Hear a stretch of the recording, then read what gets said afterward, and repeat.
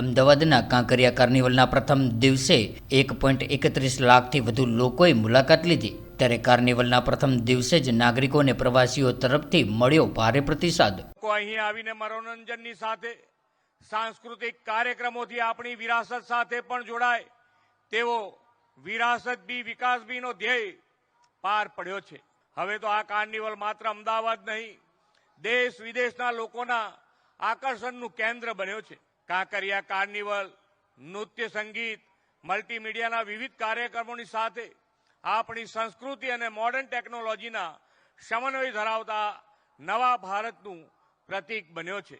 જેમ જેમ કાંકરિયા કાર્નિવલની લોકપ્રિયતા વધતી ગઈ, આ નવા આકર્ષણો જોડાતા ગયા, તેમ આવનાર લોકોની સંખ્યા પણ વધતી ગઈ.